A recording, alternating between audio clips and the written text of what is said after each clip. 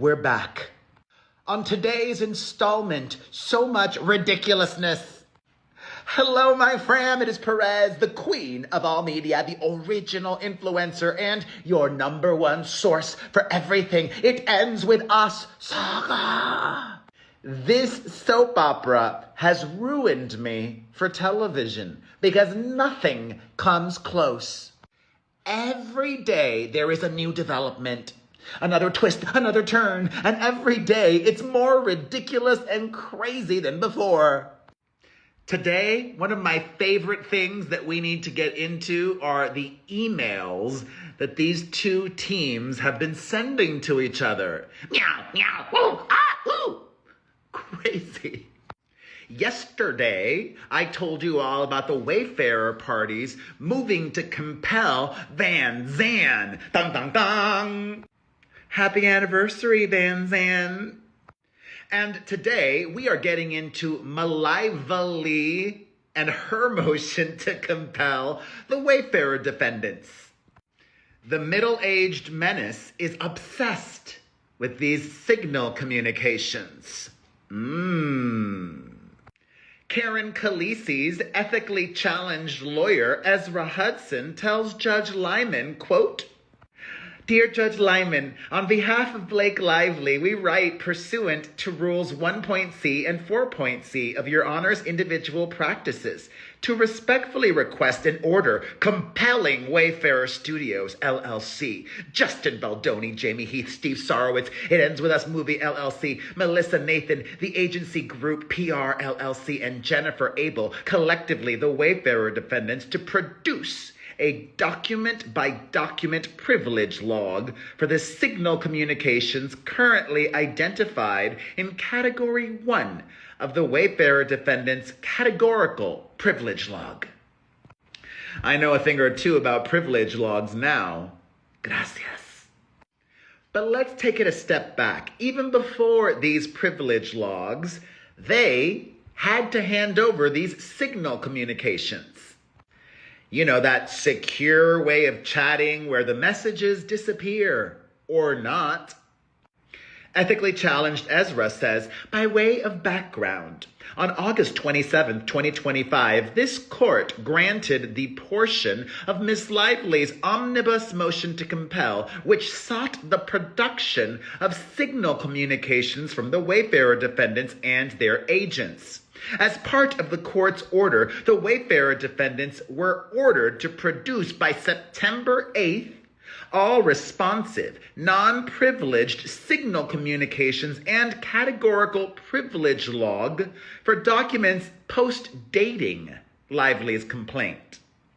So, after December 31st, 2024. Instead, on September 8th, 2025, the same date that the court ordered compliance, the Wayfarer defendants moved for a 1-week extension of the compliance deadline, which this court denied, finding they failed to demonstrate good cause, particularly given that the Wayfarer defendants were on notice of the request for signal communications in February of 2025, and given that they agreed to produce the communications approximately 1 month ago. In defiance of the court's order, the Wayfarer defendants have failed to produce any signal communications at all on September 15th, but have produced some signal communications at random times without notice since then, well after the court-ordered deadline. There's a little footnote here that says, on Thursday, September 18th, the Wayfarer defendants made yet another production of documents, which include signal communications involving Brian Friedman and Summer Benson, another lawyer. And Friedman, as we know, is my attorney and also Justin Baldoni's. And Friedman did not help me with Subpoena-gate. Communications between Brian Friedman and Summer Benson that this court ordered be produced by September 8th, and they did not get it until September 18th. But remember, the Wayfarer parties argue that they had some technical difficulties. Oopsies. Notably, however, the Wayfarer defendants have produced no signal communications whatsoever from Steve Sarowitz, the billionaire co-founder of Wayfarer Studios. And as for the remainder of the Wayfarer defendants, any signal communications that were produced were limited exclusively to the time period after December 20th, 2024. In other words, the Wayfarer defendants have not produced a single signal communication for the time period between August through December 20th, 2024, during which time the evidence shows they were in fact communicating on signal. Y'all, I am having such a severe case of deja vu.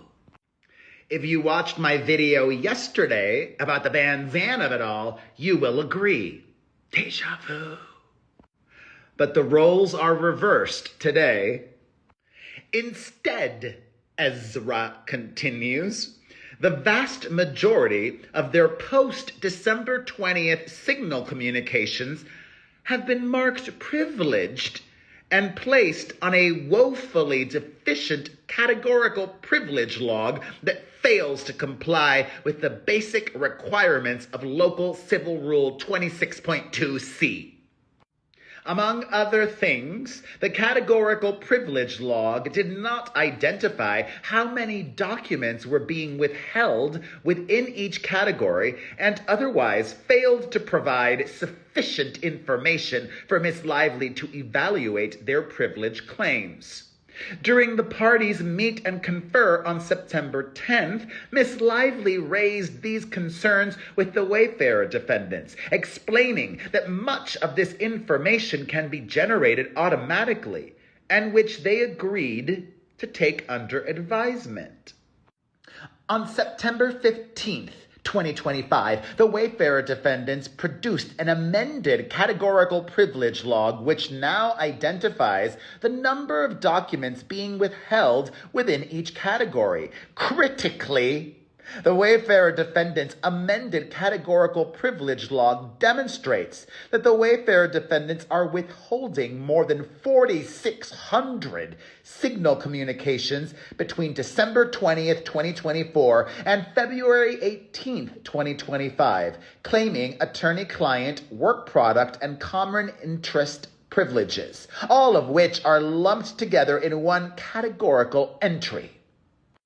Among the 21 participants identified on the categorical privilege log are non-lawyers Jared Friedman and Spencer Friedman, who apparently work or intern at Liner, Friedman, Tatelman, and Cooley. I believe those are the sons of Brian Friedman.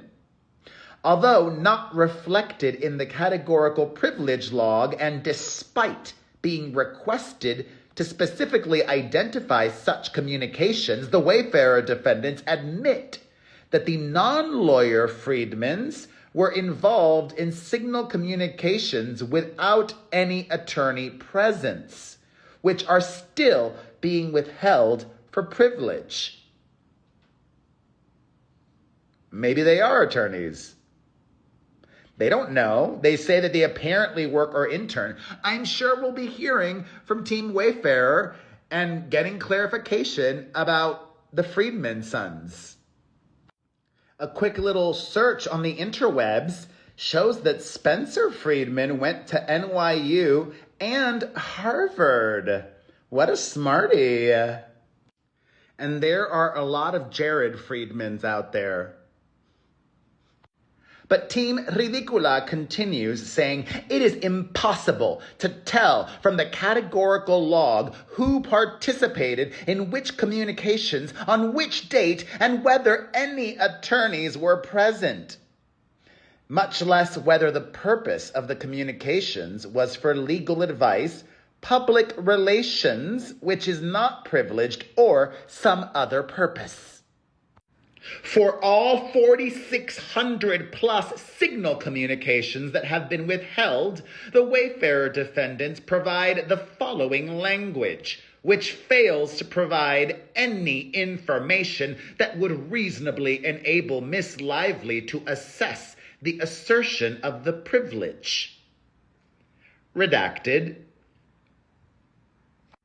Upon receiving this amended categorical privilege log, Miss Lively again requested the Wayfarer defendants amend their categorical privilege log to provide additional information regarding the subject matter of the communications being withheld, so that Miss Lively could assess the propriety of the Wayfarer defendants' privilege claims.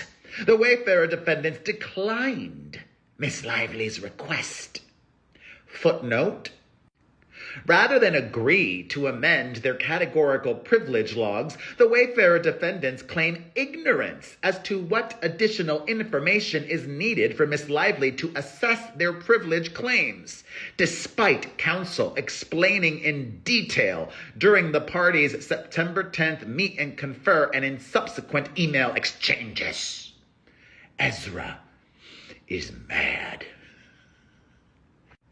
This information, a description of what's in the signal messages, is essential, especially given the Wayfarer defendants' admission that they are withholding communications where no attorneys are present.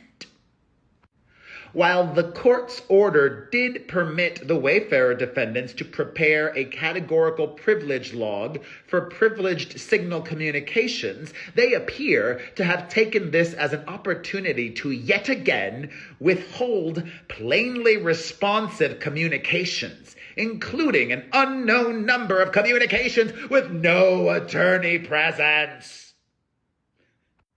To be sure, the Wayfarer defendants' amended categorical privilege log is grossly deficient.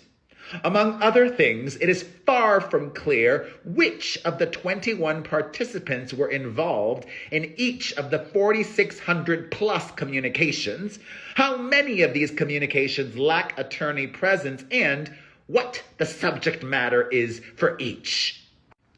Given that third parties, including those represented by Liner, have previously attempted to withhold documents that are plainly not privileged, including communications that concern public relations, the subject matter of these communications must be provided with adequate detail to enable Miss Lively to confirm that these communications are, in fact, those that concern legal strategy and not media or public relations campaigns that are a core focus of Miss Lively's claims and are not protected from disclosure. They quote the judge directly to himself. Lyman previously wrote, "The fact that the Wayfarer defendants and TAG might have been sensitive to public relations considerations associated with this litigation does not make the public relations or crisis management experts part of the legal strategy or integral to the request or provision of legal advice." Indeed, as the court previously observed, the Wayfarer defendants' communications with counsel often have no legal purpose, and other times include a mix of legal and public relations purposes. As a result, after performing in-camera review, the court made privilege and work product determinations not only on a document-by-document basis, but sometimes made determinations within the same document that part of the communication was privileged and some parts were not. Likewise, in their amended privilege log in connection with the Catherine Case and Brianna Coslow third-party documents production, the Wayfarer defendants undertook the same analysis and similarly made privilege assertions document by document and within documents at times. That same level of analysis and designation is not only warranted here, but necessary, as has previously been shown. And most fundamentally, the Wayfarer defendants' use of a single identical description for more than 4,600 separate communications underscores that the articulated privilege basis falls woefully short of supporting any claim of privilege. Put simply, the amended categorical log provides virtually no information for Miss Lively to assess their claims of privilege for over 4,600 plus communications, as required by Rule 26B5A. Accordingly, bestie, I added the bestie part, given that the Wayfarer defendants have had 2 opportunities to prepare a categorical privilege log that complies with Local Civil Rule 26.2C, and twice they have failed to do so, it is respectfully submitted that the Wayfarer defendants be compelled to produce a document-by-document privilege log on an expedited basis. Specifically, Miss Lively respectfully requests the Wayfarer defendants produce a document-by-document privilege log that conforms with the same privilege log that they previously submitted in response to the court's September 14th, 2025 order, which identified privileged communications by individual document and even portions of communications within a document.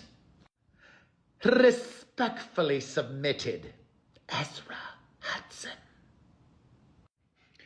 Ezra submitted that, but Matthew Bruno is the one who gave a declaration in support of this motion to compel.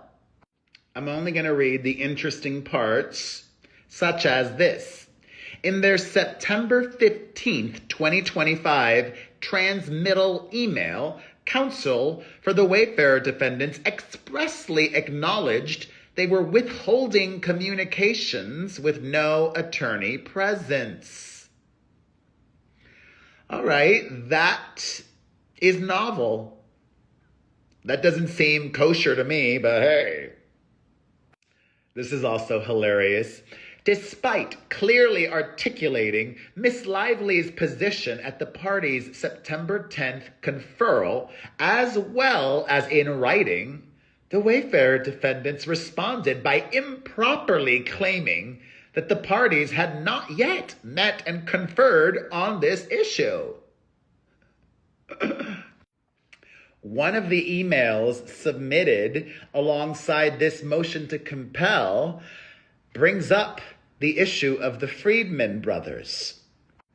A partner at Liner, Friedman, Tatelman, and Cooley, LLP, Teresa M. Troopson, writes, quote, "In my last email, I explained that you had not articulated what additional information you required in order to evaluate claims of privilege over documents and communications involving Jared Friedman or Spencer Friedman." This is obviously to Team Bayasa. To Delulu's lawyers, you have provided no clarification as to what additional information you seek, as I explained both on the phone and in my previous email. Both Spencer and his brother, Jared Friedman, performed work on behalf of our firm in connection with the litigation and in furtherance of the Wayfarer party's aims in the litigation. But if they're not lawyers that were working in their capacity as lawyers, they can't claim attorney-client privilege. Teresa continues, with respect to communications involving Jared Friedman or Spencer Friedman and one or more clients on which no lawyer was a participant, all such communications were made in confidence for the purpose of obtaining legal advice from the attorneys. We believe this provides you with adequate information to evaluate the claim of privilege.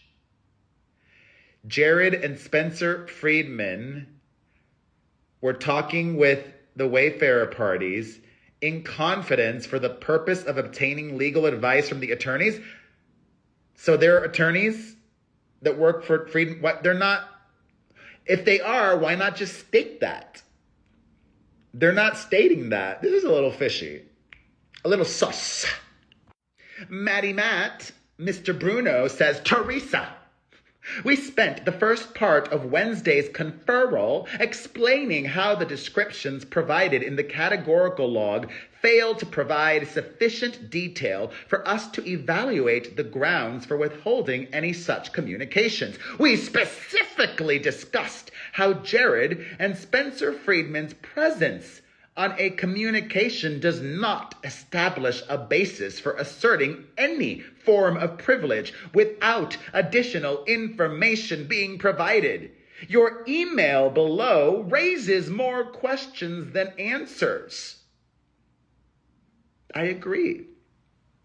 It is unclear how communications with non-lawyers are privileged. The generic description you offer below does not cure this. It is also far from clear how many of the 7,529 communications that have been withheld lack attorney presence.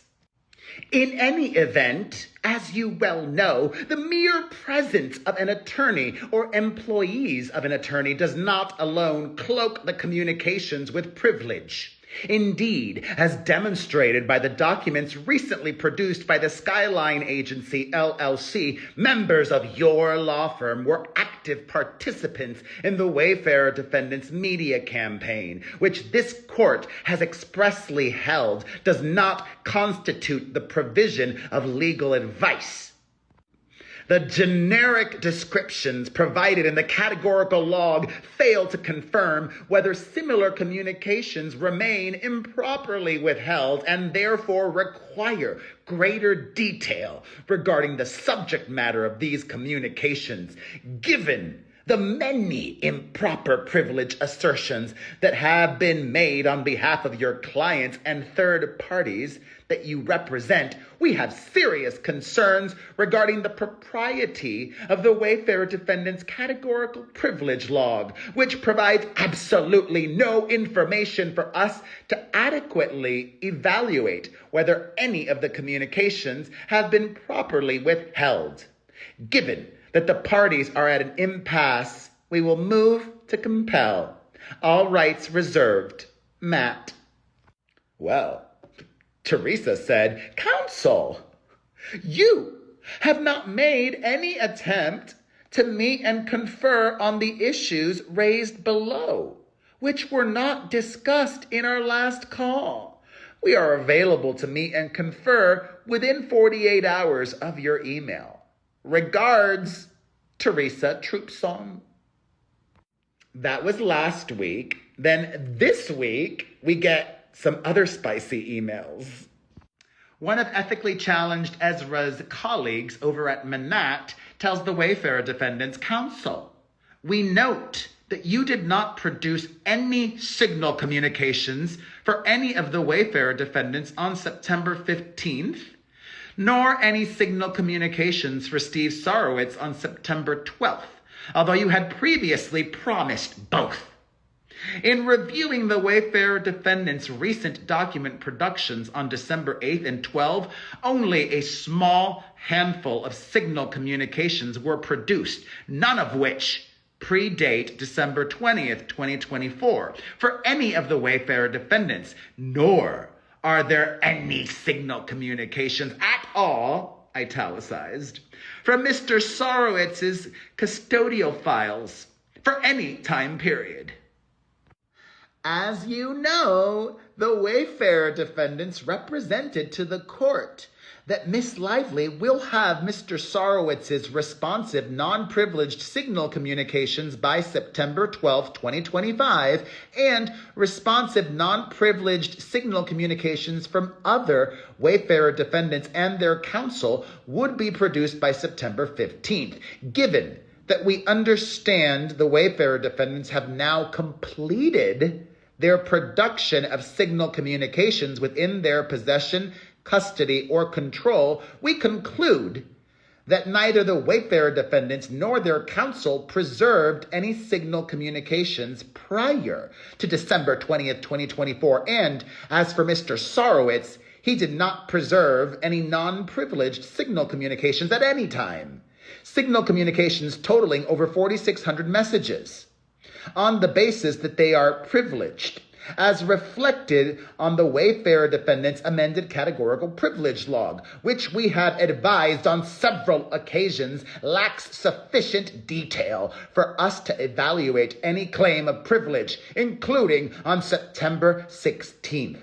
If any of our summary or understanding is incorrect, please advise by no later than close of business on Friday, September 19th. That was from last week, but there's, in this chain, some more emails from this week. We'll get to it all. This just brings me so much joy. Kevin Fritz responded back saying, Stephanie, your summary and understanding are both incorrect. The Wayfarer parties have now produced 523 family complete non-privileged signal messages in their possession, custody, and control. As the court stated in its order dated August 29th, 2025, a responding party who denies that documents exist cannot be compelled to produce them unless the discovering party makes an adequate showing to overcome that assertion. If you have any basis to assert that the Wayfarer parties have failed to produce signal communications that exist, please set forth the basis thereof in detail. I just thought Signal automatically got rid of everything. Am I wrong about that? Pete Hegseth, the federal government. With respect to the privileged nature of certain signal communications, we will be serving an updated log of those communications, which is significantly less than 4,600 as alleged in your email, when accounting for duplicate communications. To the extent that you claim that our prior categorical privilege log lacks sufficient detail for you to evaluate our privilege assertions, please specify what additional information would assist you in your evaluation. So instead of Stephanie jumping back in, Matthew Bruno had the following to say. Kevin, to be clear, are you representing in your email below that there are no signal communications prior to December 20th, 2024? And no non-privileged signal communications within Mr. Sorowitz's possession, custody, or control? Please confirm immediately. I am living for this. As for the categorical privilege log, we have explained our position regarding the need for additional information to assess the Wayfarer defendant's claims of privilege. You have refused to amend the categorical log to address our concerns. As such, we are at an impasse, and we will seek appropriate relief. Lastly, when can we expect to receive the Wayfarer defendant's second amended categorical log? Of course, your explanation below raises additional questions as to whether the Wayfarer defendants are preparing a proper categorical log, which we reserve the right to raise with the court. All rights reserved, Matt. That email from Mr. Bruno was this week. Also this week was the response from Kevin Fritz saying, Matt, thank you for your email. We are representing that we have produced non-privileged signal messages within our client's possession, custody, or control. We understand from your email that Ms. Lively lacks any basis to allege that the Wayfarer parties have failed to produce non-privileged signal communications that exist. We have repeatedly asked you to identify the additional information that you are requesting be contained within our privilege log, and you have refused to identify any such information. Although we understand you are eager to declare an impasse rather than substantively respond to our questions, we remain available to resolve any open dispute. And unfortunately, they were not able to resolve it, and the wife of Scarlett Johansson's ex-husband has moved to compel.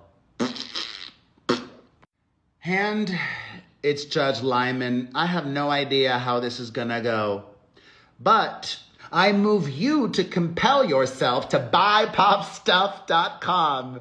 That is where I am selling my new Team Truth merch collection. Also, you can get some Team Perez items, or even grab your friends, wear your florals. All that and more at buypopstuff.com. Plus, you can also get an exclusive podcast a week from me. Stay informed and entertained. Sign up right now on our Patreon at patreon.com/P to the E to the R to the E to the Z to the H to the I to the L to the T to the O to the N. Patreon.com/my name. And available I am to make a personalized video for you or a loved one or a neighbor, a colleague, anyone, for any reason. I love making cameos. Check out my thousands of glowing reviews and book one today at cameo.com/P to the E to the R to the E to the Z to the H to the I to the L to the T to the O to the N. Cameo.com/my name. If you watched until the end, you are a superstar. You could also help by hitting that like button. Don't forget to do that. And sharing this video. But watching until the end is the most meaningful thing you can do to support your favorite creators. Plus, say questions, ! In the comment section below, because all this chatter between lawyers raised more questions. Say questions in the comment section and thoughts on this latest development and anything else. And any questions you actually have, as well as commenting questions. I will see you in the comments. Let's chitty chat. Appreciate you so much. Thank you for watching.